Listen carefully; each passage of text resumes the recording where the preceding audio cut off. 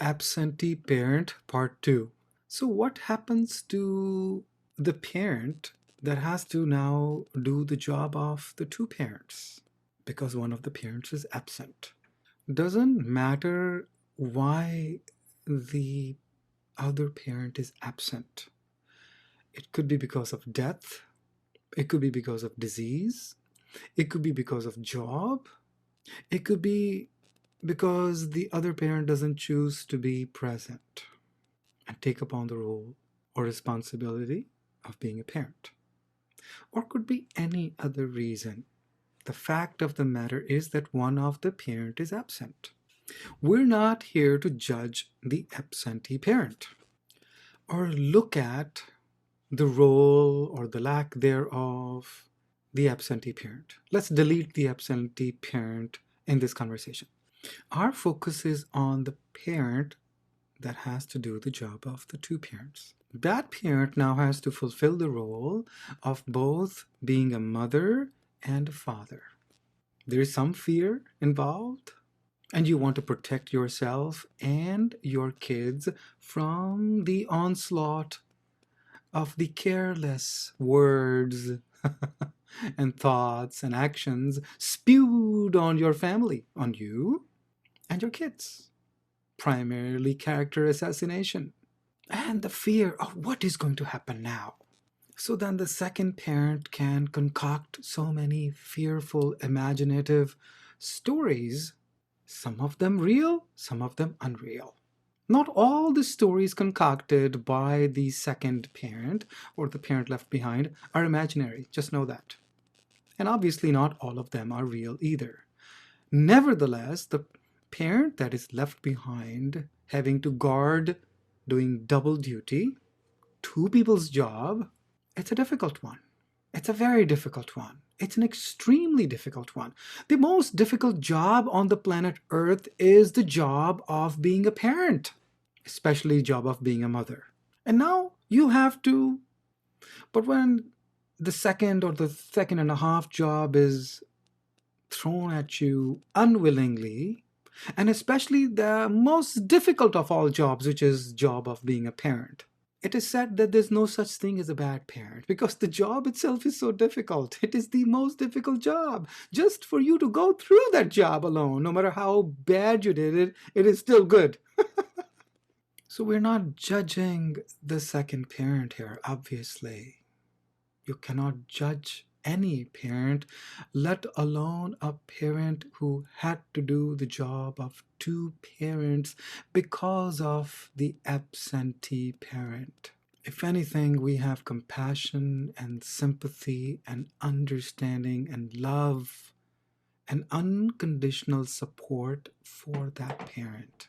But what can happen to the child watching the second parent who's doing 2.5 people's job? You may take upon this sadness of the second parent upon yourself. You feel that person's fears, you feel that person's sadness as your own. You feel that person's rejection as if you were rejected. If you are an empathizer, it is very easy for you to take upon that role unknowingly. And then you may decide, without knowing that you have decided, that I shall not do unto anyone what was done to the second parent because of the absentee parent. As a child, you may take upon this role of protection, that I shall protect you, whoever that you is. That you could be your spouse, your child, somebody in your community. You unknowingly can take on this role of protecting. खूब लड़ी मर्दानी वो तो झांसी वाली रानी थी. There was a time when the single mom, Rani of Jhansi, the Queen of Jhansi, had to take up arms to revolt against the English Empire in India. There was the time when she had to take up the arms with child held in the back, riding the horse like a man, fighting the battle, day after day after day. How would she look today if she, Rani of Jhansi, ride on the horse and putting a baby at her back with a sword, riding through the streets of New York, taking on this role of protecting people from the British Empire? Well, first of all, New York is not under British Empire, and nobody's asking for protection or freedom from it.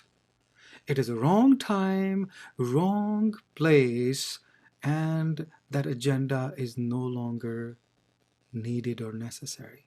But somehow that child has taken the agenda from the childhood, taking upon the role of protecting his other parent or her other parent, subconsciously providing immunity or protection, not just to one person in one situation, but in many situations from many people. If you see a wrong happening in your school or college, you will take up that sword and protect others, even though somebody or nobody has asked for protection.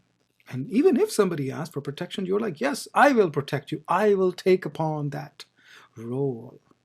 Or in your marriage, or in your community, because you cannot tolerate the effect of the absentee father or absentee mother on the other parent.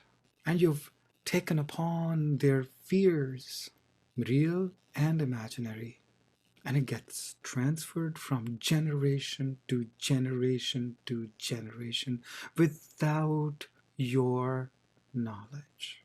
It could be at the expense of your own independence. Doesn't matter. It could be at the expense of your own loved ones. Doesn't matter. Because you have taken upon that role that no longer applies to you or to the other people and is no longer suitable, is no longer necessary, and it is actually positively hurtful to you and to the very people you love the most.